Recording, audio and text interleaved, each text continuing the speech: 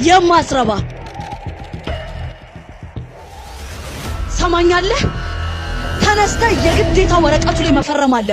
እኔና እናንተ ደግሞ ወደዳችሁም ጠላችሁም ይህንን ስራ መስራት ያለብን እኛ ነን። ቦስ የእኛን ስራ ሌሎች ሰዎች ሊሰሩት ነው። ወይኔ